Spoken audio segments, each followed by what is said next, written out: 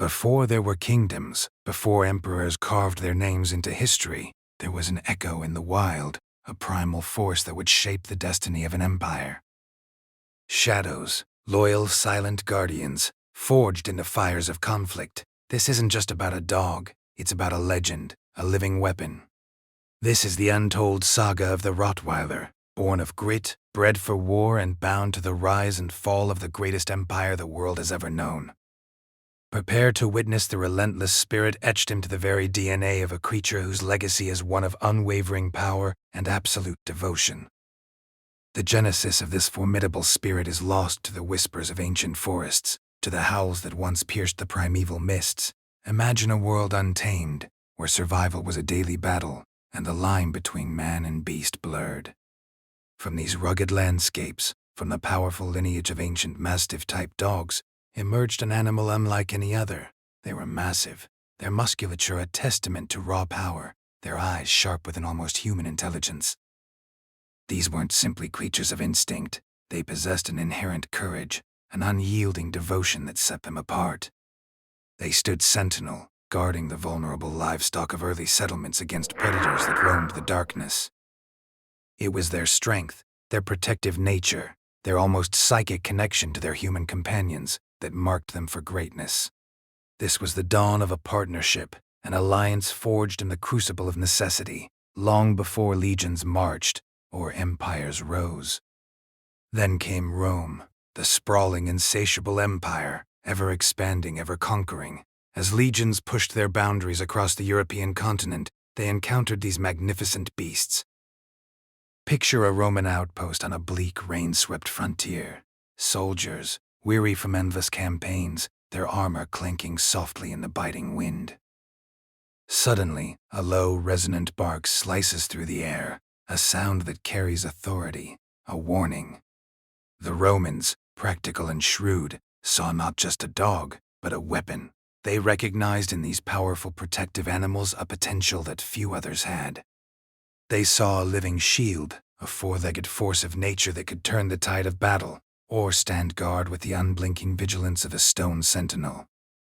This wasn't merely an observation, it was a revelation. These dogs became known as the Canes Bellicosi, the war dogs of Rome. And with that designation, their fate, and the fate of countless legions, was forever intertwined. The empire had found its silent, snarling ally. But what exactly did a Canes Bellicosi do on the blood-soaked fields of Roman conquest? These were not mere mascots or camp followers. They were instruments of terror, tactical advantages deployed with cold, calculated precision. Imagine the scene, a clash of steel, the roar of thousands, the earth trembling under the stampede of men. And then, emerging from the dust and chaos, a phalanx of these powerful dogs, their muscles rippling under taut black coats, teeth bared, eyes alight with primal fury. They charged alongside the legionaries, an unstoppable tide of muscle and teeth. Their primary purpose was to break enemy formations. Think about it, a disciplined enemy line, shields locked, spears bristling, almost unbreakable. But introduce these hulking beasts, charging low, tearing at legs, at shields, at throats, and panic ensues. The tight formations would shatter, opening gaps for the Roman infantry to exploit. These dogs were trained not just to attack, but to strike fear deep into the hearts of their adversaries. They were more than just attack dogs, though.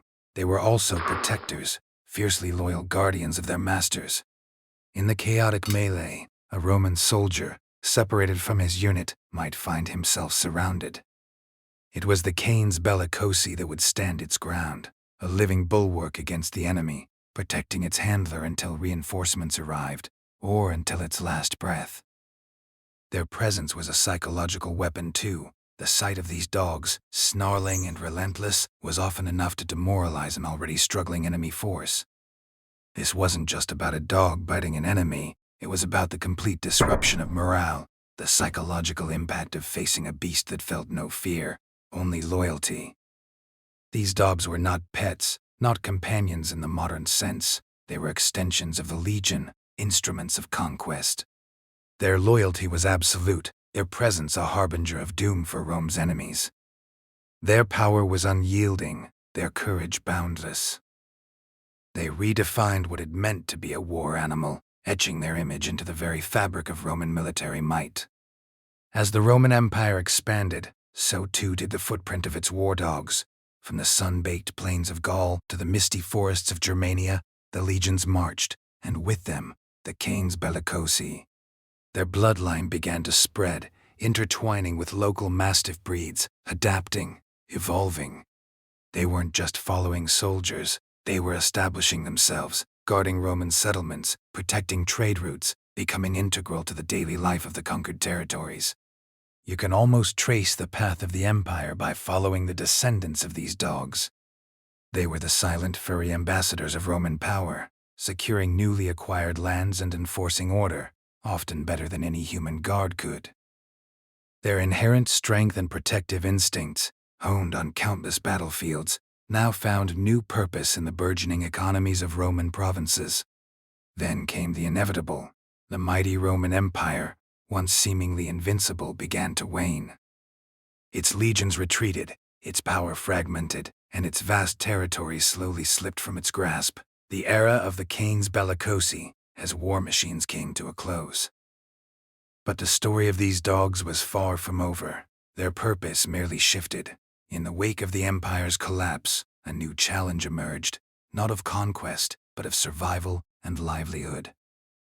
In medieval Germany, particularly in a region that would come to be known as Rottweil, these powerful dogs found a new calling. The butchers of Rottweil needed guardians, they needed absolute loyalty, and these dogs delivered. Imagine a bustling medieval market, alive with the shouts of vendors, the smell of fresh meat and wood smoke, carcasses hung from hooks, coins exchanged hands, and the threat of theft or banditry was ever present. Who better to guard the butcher's coin purses often tied around their powerful necks than these formidable descendants of Roman war dogs? They became known as butcher's dogs, or Rottweiler Metzgerhunds. Their intimidating presence alone deterred many a thief. But their duties extended beyond mere guarding. They were herd dogs, driving cattle from the fields to the market, their strength easily managing stubborn bulls. They were cart dogs, pulling heavy loads of meat and other goods through the winding streets, their powerful shoulders built for sustained effort. The skills that once made them formidable in battle, their intelligence, their strength, their unwavering loyalty, now made them indispensable to the livelihood of an entire community. They adapted, not just to a new job, but to a new world. They were no longer nameless canes bellicosi. They were the Rottweilers of Rottweil, their identity forged in the heart of a thriving practical German town. This transition wasn't a decline, it was a testament to their incredible versatility and enduring spirit. They proved that the same power that could conquer an empire could also secure a butcher's trade and protect a family's livelihood. Even today, centuries later, the echoes of their ancient past resonate in every Rottweiler. That blood of war, that primal protective instinct, still flows through their veins, though its purpose has evolved dramatically.